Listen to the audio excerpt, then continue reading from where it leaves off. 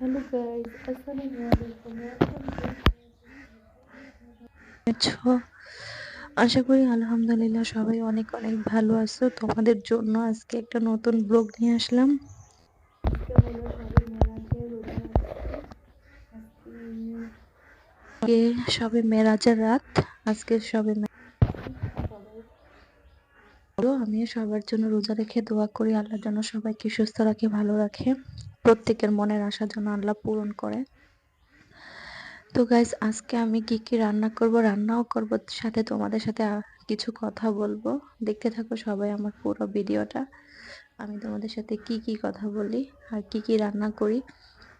আর মানে শরীরটা বেশি একটা ভালো নেই, তারপরে বলে যে আল্লাহর কাজ করলে আল্লাহ নিশ্চয়ই শরীর ভালো রাখবে। তো রোজা রাখলাম এজন্য।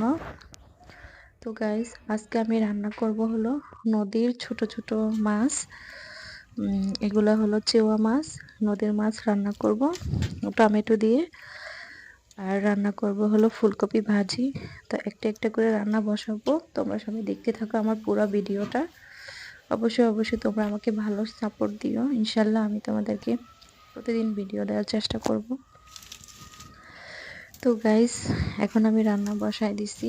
রান্নার পাশাপাশি তোমাদের সাথে কিছু কথাও বলি যে কত নিয়ত করে, কত আশা করে আমি রোজা রাখছি জানো গাইস। যে আল্লাহ নিয়ে আমাকে, আল্লাহর হাবিবের উসিলায়, আল্লাহর হাবিবকে আল্লাহ দেখার উসিলায় আল্লাহ আমাকে একটা সন্তান দেয়, আমার মনের আশাটা পূর্ণ করে। অনেকেই আমাকে নিয়ে যে হিংসা তুচ্ছ তাচ্ছ করে কথা বলে। যারা আমাকে ভালোবাসে তারা কখনো আমাকে কষ্ট দিয়ে কথা বলে না, যেটা সত্যি কথা। কিন্তু অনেকেই আমাকে খুবই তুচ্ছ করে কথা বলে, আমার সন্তান নাই দেখা, সন্তান হয় না দেখা অনেকেই তুচ্ছ করে। মানে খুবই খারাপ লাগে, তখন নিজেকে মনে হয় যে পৃথিবীতে কেন আল্লাহ পাঠাইছে। যদি আল্লাহ আমাকে সন্তানই না দেয়, আল্লাহর কাছে কি এমন অপরাধ করছে, এরকমটা মনে হয়। অনেকেই আমার সাথে মানে আমাকে খুবই মনে কষ্ট দিয়ে কথা বলে। আমি মানে অনেক কষ্ট পাই যখন মানুষ আমাকে কষ্ট দিয়ে কথা বলে আমার সন্তানের জন্য। তো আশেপাশের লোকে অনেকে, বেশিরভাগই আমার ফ্যামিলির মানুষের থেকে আমার আশপাশের লোকই বেশি বলে কথাগুলা। মানুষের বিয়েতে মাঝে মাঝে খুবই খুবই আঘাত লাগে, মনে হয় যে পৃথিবীতে মানে থাকাটাই যেন কেমন যেন লাগে। তো সব কষ্টগুলো ভুলে চেষ্টা করি যে একটা নর্মাল জীবনযাপন করতে। যে থাক, মানুষ আমাকে কষ্ট দিয়ে কথা বলুক, কিন্তু আল্লাহ আমাকে যে পর্যায়ে রাখছে, আমাকে যে জায়গায় রাখছে, যে আমি সন্তানের জন্য কত হাহাকার করি, কত কষ্ট পাই, কত চোখের পানি ফেলি, কত কান্না করি। আল্লাহ যেন আমার মতো কাউরে এত কষ্ট না দেয়। আমি, যারা আমাকে তুচ্ছ করে, যারা আমাকে হিংসা করে কথা বলে সন্তানের জন্য, যারা আমাকে অবহেলা করে কথা বলে, আল্লাহ যেন তাদের তাদের কাউকে আমার মতো করে না ইয়া করে। সবাইকে যেন আল্লাহ ভালো রাখে, সুস্থ রাখে। আমি এটা সবসময় বলি গাইস। আমি জানি যে কষ্ট কি, আমি জানি যে সন্তানের কষ্ট কি, সন্তান না থাকার কষ্ট কি। গাইস জানো, মনে হয় যে একটা মেয়ে যখন মা হবে, একটা মেয়ে যখন মা হয়, তখন মানে কিরকম একটা আনন্দ হয়। মানে তাকে তার মা 5 মাসের সময়, প্রত্যেক গর্ভবতী মেয়েদেরই 5 মাসের সময় 5 মাসের 5 পিঠা খাওয়ায়, কত কিছু খাওয়ায়। সবার মানে একটা অন্যরকম একটা একটা ফিল আসে, যে মা হবে তার মধ্যেও, তার ফ্যামিলির প্রত্যেকটা মানুষের মধ্যে অন্যরকম একটা ফিল হয়। আমি তো আর 14-15 বছরেও কোনোদিন এই ফিলটা অনুভব করতে পারিনি। মানে এই ফিলটা আমার কাছে আসে নাই, আমার মাও পায় নাই এখন এই ফিলটা, যে আমার মেয়েকে আমি 5 মাসের সময় 5 রকমের পিঠা খাওয়াবো, এটা সেটা খাওয়াবো, লাল শাড়ি দিব, লাল চুড়ি দিব, এটা সেটা। আমার আমার বড় বোনের একটা মাত্র ছেলে। আমার বড় বোনের ছেলে হইছে যখন আমার বিয়ের অনেক আগে। মাশাল্লাহ, আমার বড় বোনের ছেলে এখন মাশাল্লাহ অনেকটাই বড়, অনেক বড়, প্রায় 16-17 বছর হয়ে গেছে। তো গাইস, যে তখন আমার মা আমার বোনকে মানে 5 মাসের পিঠা খাওয়াইছে, সাত খাওয়াইছে, এটা সেটা খাওয়াইছে। আমার খুবই খুবই মানে খুবই মন চায় যে আহ প্রত্যেকে যখন প্রত্যেকের বাবা বাড়ি থেকে 5 মাসের পিঠা খাওয়ায়, এটা সেটা করে তার জন্য অন্যরকম একটা আয়োজন করে। না জানি ওটার মধ্যে কত সুখ থাকে, কত আনন্দ থাকে, কত মহাব্বত থাকে। বাবা-মার, ভাই-বোনের কত ভালোবাসা থাকে। আমার স্বামী জানি কত হ্যাপি হইতো ওই দিনটা। ওই দিনটা দেখার জন্য মনে হয় যে আমার মনের ভিতরটা একদম তছনছ হয়ে যায় যে আমার স্বামী কতটা খুশি হইতো যে আমাদেরও সন্তান হবে। আমরা মা-বাবা হব। মা-বাবার ডাক কবুল আমাদেরকেও সন্তানে মা-বাবা বলে ডাকবে। এই কথাগুলো যখন মনে পড়ে তখন মানে পৃথিবীটা একদম কেমন হয়। কিন্তু তার মধ্যে যখন আশেপাশের কিছু মানুষ আছে যারা আমাদেরকে এরকম কষ্ট দিয়ে কথা বলে, তখন খুব কষ্ট লাগে। যারা আমি সবাইকে বলি না গাইস, সবাই একরকম না। আমার মহাব্বতের যারা আছে তারা কিন্তু আমাকে খুবই ভালোবাসে। তারা আমাকে বুঝায় যে না হইলে না হইব তাতে কি হইছে, বা আমি টেনশন করলে তাদের কষ্ট হয়। কিন্তু সবাই তো আর আমাকে মহাব্বত করে না, বলো? সবাই কোন আর সবাই কোন সবাইকে মহাব্বত করে, বলো? তো এটাই গাইস, যে আল্লাহ আমাকে সন্তান দিক, আল্লাহ আমাকে সন্তান দিয়ে সবাইকে দেখায় দিক যে আমিও পারি। মানুষের মনে কষ্ট দেওয়া কোনো ভালো না। যে আল্লাহ যা করে মানুষের ভালোর জন্য করে, তাই না, বলো? আমাকে কষ্ট দিয়ে যারা কথা বলে, আল্লাহ যাতে কাউকে আমার মতো না করে, আমার মতো কষ্ট না দেয়। আল্লাহ যেন সবাইকে হেফাজতে রাখে, সবাইকে ভালো রাখে। আমি সবসময় আল্লাহর কাছে দোয়া করি। তো গাইস, এটাই তোমাদের সাথে বলা। আর দেখো, আমি কিন্তু সবসময় আমার মায়ের কাছ থেকে শিখছি যে আমি রান্না করার সময় আমি সবসময় টমেটোগুলো এরকম চিকন চিকন করে কেটে উপর দিয়ে দিই, কারণ টমেটোটা পুরো গলে গেলে কিন্তু একদম ভালো লাগে না তরকারিটা। আমার আমার মা সব সময় সব রকমের তরকারির মধ্যে টমেটো এরকম উপর থেকে দেয়, কারণ টমেটোটা সিদ্ধ হয় কিন্তু গলে যায় না। তখন প্লেটের মধ্যে তরকারির সাথে টমেটোটা আসলে কিন্তু অন্যরকম একটা টেস্ট হয়। তা আমি আমার মার কাছ থেকে কিন্তু এই রান্নাটা শিখছি। এই যে দেখো, আর তোমরা হয়তো বলতে পারো যে আমি লাকড়ির চুলায়, আমার রান্নাঘর সুন্দর না, এটা সেটা না, লাকড়ির চুলায় রান্না করি, ভালো না আমার রান্নাঘর। তো কি করব গাইস, আমাদের যেরকম আল্লাহ রাখছে ওরকমই তো না। আমরা তো আর কোটি কোটি টাকার মালিক না যে আমরা স্পেশাল ভাবে রান্নাঘর করবো, এটা সেটা। তো গাইস, আলহামদুলিল্লাহ, আল্লাহ আমাদের যেভাবে রাখছে আল্লাহর কাছে শুকরিয়া আদায় করি। দেখো কিন্তু টমেটোটা কিন্তু একেবারে গলে যায় নাই, কিন্তু সিদ্ধ হয়েছে একদম, একটু আস্তে আস্তে আছে দেখো। কিন্তু এটা কিন্তু প্লেটের মধ্যে নিলে কিন্তু অন্যরকম একটা ফিল আসে, অন্যরকম একটা স্বাদ হয়। তো গাইস, তোমাদের সবার কাছে আমার একটাই অনুরোধ, যে তোমরা আমাকে যেভাবে সাপোর্ট করতেছো এইভাবেই সাপোর্ট করতে থাকবা। আর সব থেকে কথা হয়েছে কি জানো, আমার এই ইউটিউব নিয়েও না আমাকে নিয়ে সবাই অনেক গসিপ করে, অনেক কিছু বলে।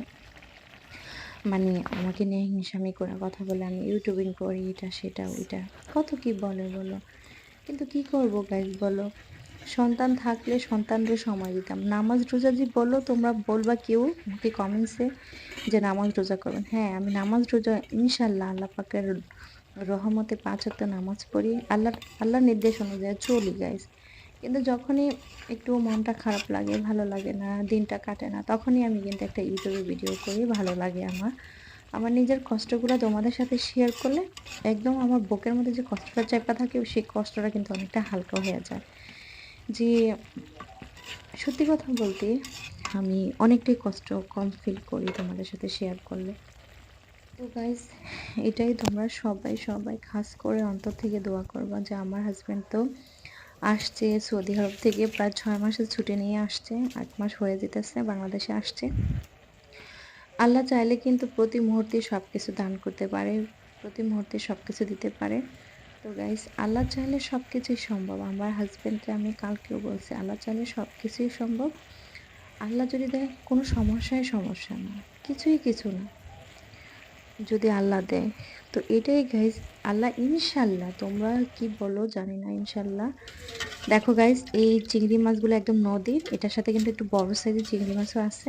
আমার হাজবেন্ড 1450 টাকা, প্রায় 1500 টাকা দিলে চিংড়ি মাছ আনছে। তো আমি পটলা পটলা করে মানে ফ্রিজে রাখছি। তো এই ছোট চিংড়ি মাছগুলো আজকে আমি ভাজিতে দিব। আমি মানে ভাজি করব, বাঁধাকপি ভাজি করব। ফুলকপি ভাজি করব, সরি। সেই ফুলকপি ভাজিতে দিব। তো দেখো গাইস, এইখানে আমি মানে ভাজিটা বসাই দিছি। আর এই দেখো আমি সবগুলা চিংড়ি মাছ কাটি নাই। আমি এখান থেকে অল্প কয়টা চিংড়ি মাছ নিছি। কারণ আমার অ্যালার্জি সমস্যা করতেছে খুবই। তাও মানে চিংড়ি মাছটা দিলে একটা ভাজিটার স্বাদটা অন্যরকম আসে। আর যদি তোমরা মাটির চুলায় রান্না করতে পারো সেটার স্বাদটা আরো অন্যরকম আসে, অন্যরকম একটা স্বাদ হয়, অন্যরকম একটা মজা হয় তরকারিটা। তোমরা হয়তো বলতে পারো যে আপু তোমার মানে কড়াইটা কালো, এটা সেটা মানে রান্না করো মাটির চুলায়। গাইস, আমাদের মতো এরকম মাটির চুলায় রান্না করে খেয়ে দেখো, ইনশাল্লাহ দেখবা যে সবকিছুই পারফেক্ট, সবকিছুই মজা। যা রান্না করবা সেটাই মজা লাগবে। তো গাইস, এখানে আমি চিংড়ি মাছটা ভাজি মানে তেলের সাথে চিংড়ি মাছটা ভাজা ভাজা করব, তারপরে দিব ফুলকপিটা। তো গাইস, এইটাই এখনো আমরা ডাক্তার দেখাতে যেতে পারি নাই। অবশ্যই আগামী মাসে যাব ডাক্তার দেখানোর জন্য। একটু পারিবারিক একটু ঝামেলা আছে, শাশুড়ি বয়স্ক, বোঝোই তো তোমরা, শাশুড়িটারে তো একা রেখা যেতে পারি না। তো আমার শাশুড়ি একটু মানে একটা মাত্র ছেলে, যেটা সত্যি কথা। আমার হাজব্যান্ডও তার মাকে দেখে একটু তার মনের আশাটা পূর্ণ হোক। আল্লাহ যদি আমাদের চায়, আমাদের সন্তান আল্লাহ দিবেই, সেটা আল্লাহর ইচ্ছা। আর মানে আমার শাশুড়িও আমার হাজব্যান্ডকে একটু দেখুক, আমার হাজব্যান্ডও আমার শাশুড়িকে একটু দেখুক, দেখে মনের আশা পূর্ণ হোক, একটু তাদের মা ছেলের একটু মহব্বতটা একটু ইয়ে হোক। তারপরে আমরা আগামী মাসে যাব ঢাকায় আমার মায়ের বাসায়। ওইখানে থেকে আমরা ডাক্তার দেখাবো। তো যেহেতু যেন এখানে আমরা যদি ডাক্তার দেখানোর সময় 1 সপ্তাহ 10 দিন বা 15 দিন সময় লাগে, জন্য এখন যাইতেছি না,